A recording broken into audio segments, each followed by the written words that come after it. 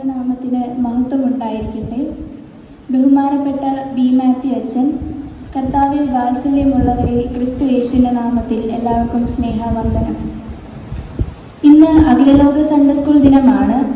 അഖിലലോക Sunday school ദിനത്തിൽ ദൈവവചനത്തിൽ നിന്ന് 2 വാക്ക് സംസാരിക്കണമെന്ന് ഞങ്ങളുടെ ഹെഡ് മാസ്റ്റർ ആവശ്യപ്പെട്ടപ്പോൾ എനിക്ക് ബുദ്ധിമുട്ട് തോന്നിയെങ്കിലും ഞാൻ ഓക്കെ പറയുകയാണ് ചെയ്തത്.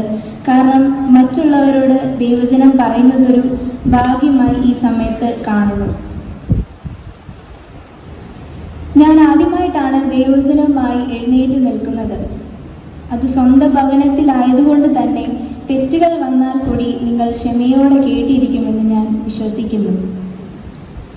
ഇതിന് അവസരം തന്ന ബഹുമാനപ്പെട്ട അച്ഛനോടും സൺഡേ സ്കൂൾ ടീച്ചേഴ്സിനോടും എൻ്റെ കൂട്ടുകാരോടും എൻ്റെ നന്ദിയും സ്നേഹവും ഞാൻ ഈ അവസരത്തിൽ അറിയിക്കുന്നു.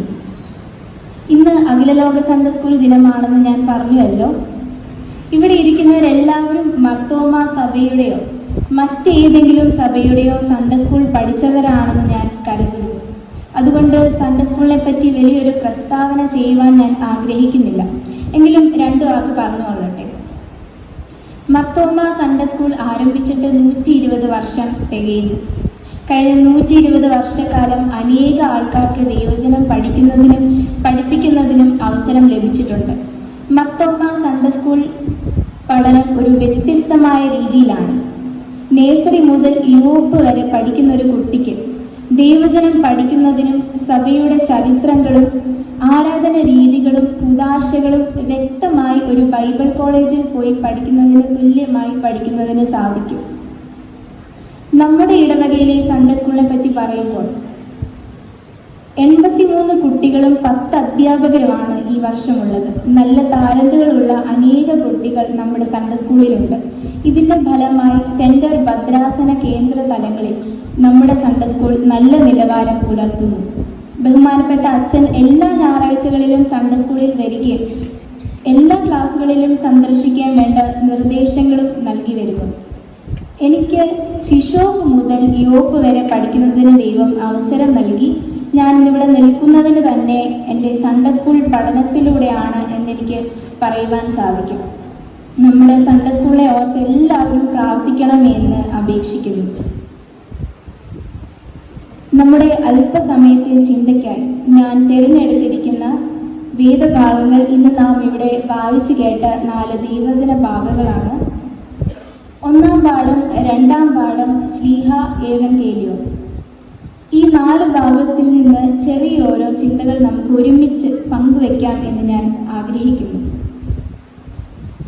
1-ാം പാഠമായി ഇവിടെ വായിച്ചത് സദൃശവാക്യങ്ങൾ 3-ാം അധ്യായം 1 മുതൽ 8 വരെയുള്ള വാക്യങ്ങളാണ്. സദൃശവാക്യങ്ങൾ 3-ാം അധ്യായം 1 മുതൽ 8 വരെയുള്ള വാക്യങ്ങൾ. എല്ലാ വാക്യങ്ങളും വായിക്കാൻ ഞാൻ ആഗ്രഹിക്കുന്നില്ല. 1-ാം വാക്യം: മകനെ, എൻ്റെ ഉപദേശം മറക്കരുത്, നിന്റെ ഹൃദയം എൻ്റെ കൽപ്പനകളെ കാത്തുകൊള്ളട്ടെ. മകനെ, എൻ്റെ ഉപദേശം മറക്കരുത്, നിന്റെ ഹൃദയം എൻ്റെ കൽപ്പനകളെ കാത്തുകൊള്ളട്ടെ. സദൃശവാക്യങ്ങൾ നാം പഠിക്കുമ്പോൾ ഒരാൾ ഈ ലോകത്തിൽ ജനിച്ചു വീണ നിമിഷം മുതൽ ഏത് പ്രായത്തിലും എങ്ങനെയാണ് ജീവിതം ക്രമീകരിക്കേണ്ടത് എന്ന് മനസ്സിലാക്കുവാൻ സാധിക്കും. ഞങ്ങളുടെ ഈ പ്രായമെന്ന് പറയുന്നത് ആരുടെയും ഉപദേശം അധികം കേൾക്കുവാൻ ഇഷ്ടമുള്ളവരല്ല. സ്വന്തം താല്പര്യങ്ങളും സ്വന്തം തീരുമാനങ്ങളും അങ്ങനെ സ്വയം ചെയ്യുവാനായി ആഗ്രഹിക്കുന്ന ഒരു പ്രായമാണ്. എന്നാൽ ഞങ്ങളുടെ തീരുമാനങ്ങൾ വലിയ അപകടത്തിലേക്കാകുമ്പോൾ ഞങ്ങൾ മാതാപിതാക്കളുടെയും ആരുടെയും ഉപദേശം കേൾക്കുവാൻ തയ്യാറാകുന്നു. ദൈവം പറയുന്നു, എൻ്റെ ഉപദേശം മറക്കരുത്, നിന്റെ ഹൃദയം എൻ്റെ കൽപ്പനകളെ കാത്തുകൊള്ളട്ടെ. ദൈവത്തിൻ്റെ ഉപദേശം നാം കേൾക്കുമ്പോൾ ദൈവം ധാരാളമായി നൽകുന്ന 2 കാര്യങ്ങൾ അടുത്ത വാക്യത്തിൽ പറയുന്നു. ദീർഘായുസ്സും സമാധാനവും ദാനമായി നൽകുന്നു. ഈ ലോകത്തിന് മനുഷ്യനെ ഏറ്റവും കൂടുതൽ ആഗ്രഹിക്കുന്ന 2 കാര്യങ്ങളാണ് ദീർഘായുസ്സും സമാധാനം. എഫെസ്യർ 6:1 വാക്യത്തിൽ പറയുന്നു, നിന്റെ അപ്പനെയും അമ്മയും കർത്താവിൽ അനുസരിപ്പിൻ, എന്നാൽ നന്മയും ദീർഘായുസ്സും ഉണ്ടാകുമെന്ന്. എനിക്ക് എൻ്റെ സൺഡേ സ്കൂൾ കൂട്ടുകാരോട് പറയാനുള്ളത്, നമ്മുടെ സൺഡേ സ്കൂൾ പഠനം മൂലം നാം കർത്താവിൻ്റെ ഉപദേശങ്ങൾ കേൾക്കുകയും മാതാപിതാക്കളെ അനുസരിക്കുന്നവരുമായി തീരണം. ദൈവം നമുക്ക് എപ്പോഴും നേരിട്ട് ഉപദേശം തരണമെന്നില്ല. ഉപദേശം നൽകുവാൻ ഈ ഭൂമിയിൽ പലരെയും ദൈവം ഒരുക്കിയിട്ടുണ്ട്. നമുക്ക് സൺഡേ സ്കൂൾ പഠനം മൂലം ഇത് സാധിക്കണം. രണ്ടാം പാഠമായി നാം വായിച്ചു കേട്ടത് യോഹന്നാൻ എഴുതിയ 1 ലേഖനം 3 1 മുതൽ 12 വരെയുള്ള വാക്യങ്ങളാണ്. യോഹന്നാൻ എഴുതിയ 1 ലേഖനം 3 1 മുതൽ 12 വരെയുള്ള വാക്യങ്ങൾ. അതിൻ്റെ 11 വാക്യം വായിക്കാം. നിങ്ങൾ ആദ്യം മുതൽ കേട്ട ദൂത് നാം അന്യോന്യം സ്നേഹിക്കണം എന്നല്ലോ ആകുന്നു. നിങ്ങൾ ആദ്യം മുതൽ കേട്ട ദൂത് നാം അന്യോന്യം സ്നേഹിക്കണം എന്നല്ലോ ആകുന്നു. സ്നേഹത്തിന്റെ വിവിധ സ്വഭാവത്തെപ്പറ്റി 1 കൊരിന്ത്യർ 13 വളരെ വ്യക്തമായി പറയുന്നു. വചനം പറയുന്നു, സ്വന്തം സഹോദരനെ സ്നേഹിക്കാത്തവൻ ദൈവത്തെ സ്നേഹിക്കുന്നില്ല, ദൈവത്തെ കാണുന്നില്ല. അല്പസമയത്തിന് ശേഷം നമ്മൾ വിശുദ്ധ കുർബാന കൈക്കൊള്ളുവാനായി പോകുന്നു. എന്നാൽ അധികം പ്രാർത്ഥിച്ചതുകൊണ്ടോ പ്രസംഗിച്ചതുകൊണ്ടോ പ്രസംഗം കേട്ടതുകൊണ്ടോ എല്ലാ ഞായറാഴ്ചകളിലും വിശുദ്ധ കുർബാന കൈക്കൊണ്ടതുകൊണ്ടോ ദൈവരാജ്യങ്ങളുടെ അവകാശികൾ ആകണമെന്നില്ല. സ്വന്തം സഹോദരനെ സ്നേഹിക്കുവാൻ, മറ്റുള്ളവർക്ക് കൊടുക്കുവാൻ നമുക്ക് സാധിക്കണം. വചനം പറയുന്നു, കാൺമീൻ നാം ദൈവമക്കൾ എന്ന് വിളിക്കപ്പെടുവാൻ പിതാവ് നമുക്ക് എത്ര വലിയ സ്നേഹം നൽകിയിരിക്കുന്നു.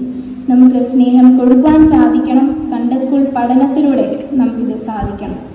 മൂന്നാമതായി ശ്ലീഹ വായിച്ചു കേട്ട ഭാഗം യോഹന്നാൻ ശ്ലീഹ എഴുതിയ 3 ലേഖനം 1 മുതൽ 12 വരെയുള്ള വാക്യങ്ങളാണ്. യോഹന്നാൻ ശ്ലീഹ എഴുതിയ 3 ലേഖനം 1 മുതൽ 12 വരെയുള്ള വാക്യങ്ങൾ. 3 ലേഖനം ഗായോസ് എന്ന് പറയുന്ന സഭ നേതാവിനെ പറ്റി എഴുതിയിരിക്കുന്നതാണ്. ഗായോസിനെ വളരെ പുകഴ്ത്തിയിരിക്കുന്നതായി നമുക്ക് കാണാം. 4 വാക്യം, എൻ്റെ മക്കൾ സത്യത്തിൽ നടക്കുന്നു എന്ന് കേൾക്കുന്നതിനേക്കാൾ വലിയ സന്തോഷം എനിക്കില്ല. ഒരു മാതാവിൻ്റെയും പിതാവിൻ്റെയും ഏറ്റവും വലിയ ആഗ്രഹമാണ് തങ്ങളുടെ മക്കൾ സത്യത്തിൻ്റെ വഴികളിൽ നടക്കണമെന്ന്. നാം സത്യത്തിൻ്റെ വഴികളിൽ കൂടെ നടന്നാൽ നമ്മുടെ ജീവിതം സന്തോഷകരമാകും. എന്നാൽ ഇന്നത്തെ സമൂഹം സത്യത്തിൻ്റെ വഴികൾ വിട്ട് ലഹരിക്ക് അടിമകളായിത്തീരുന്നു. ഇതുമൂലം ഭവനങ്ങളിലും സമൂഹങ്ങളിലും സന്തോഷം ഇല്ലാതെയാകുന്നു. നമുക്ക് സൺഡേ സ്കൂൾ പഠനം മൂലം സത്യത്തിൻ്റെ വഴികളിൽ തിരഞ്ഞെടുക്കുവാൻ നമുക്ക് സാധിക്കണം. 4മതായി നാം ഏവൻഗേലിയോനായി വായിച്ചു കേട്ട ഭാഗം യോഹന്നാൻ എഴുതിയ സുവിശേഷം 6 1 മുതൽ 14 വരെയുള്ള വാക്യങ്ങളാണ്. യോഹന്നാൻ എഴുതിയ സുവിശേഷം 6 1 മുതൽ 14 വരെയുള്ള വാക്യങ്ങൾ. നമ്മൾ ശിശോപ്പ് ക്ലാസ് മുതൽ പഠിക്കുന്ന ഒരു സംഭവ കഥയാണ് 5 അപ്പവും 2 മീനും കൊണ്ട് 5000 പേരെ പോഷിപ്പിച്ച ഒരു അത്ഭുത പ്രവൃത്തി. ഈ 4 സംഭവം സുവിശേഷങ്ങളിലും പറയുന്നുണ്ട്. കർത്താവിൻ്റെ വചനം കേൾക്കുവാൻ വന്ന് ജനങ്ങളെ കണ്ട് മനസ്സലിവുള്ള കർത്താവ്, മറ്റുള്ളവരുടെ ആവശ്യങ്ങളെ അറിയുന്ന കർത്താവ്, വിശപ്പിന് ഒന്നും കൊടുക്കുവാൻ ഇല്ല എന്ന് പറയുന്ന ശിഷ്യന്മാർ. യോഹന്നാന്റെ സുവിശേഷത്തിലാണ് ഈ ശിഷ്യന്മാരുടെ പേരുകൾ പറയുന്നത്. ആ കർത്താവ് ചോദിക്കുന്നു, നിങ്ങളുടെ പക്കൽ എന്തുണ്ട്? ആ സമയത്ത് അവിടെയുള്ള എല്ലാവരെയും മനസ്സിലാക്കിയ ഒരു ശിഷ്യനെ നമുക്ക് കാണാം, അന്ത്രയോസ്. ഞാൻ ഈ ശിഷ്യനെ പറ്റിയാണ് പറയുവാനായി ആഗ്രഹിക്കുന്നത്. അന്ത്രയോസ് പറയുന്നു, ഇവിടെ ഒരു ബാലകന്റെ കൈവശം 5 അപ്പവും 2 മീനുമുണ്ട്. ഈ ശിഷ്യനെ പോലെ ആകണം നാം എല്ലാവരും. മറ്റുള്ളവരുടെ ആവശ്യങ്ങളെ അറിയുവാനും മറ്റുള്ളവരെ ദുഃഖങ്ങൾ അറിയുവാനും നമുക്ക് സാധിക്കണം. നാം പലപ്പോഴും നമ്മുടെ വീട്, നമ്മുടെ സന്തോഷം, നമ്മുടെ മക്കൾ, അതിനപ്പുറം ഒന്നുമില്ല. ഈ ഇടവകയിലെ ജനങ്ങളെ അറിയുവാൻ നമുക്ക് സാധിക്കണം.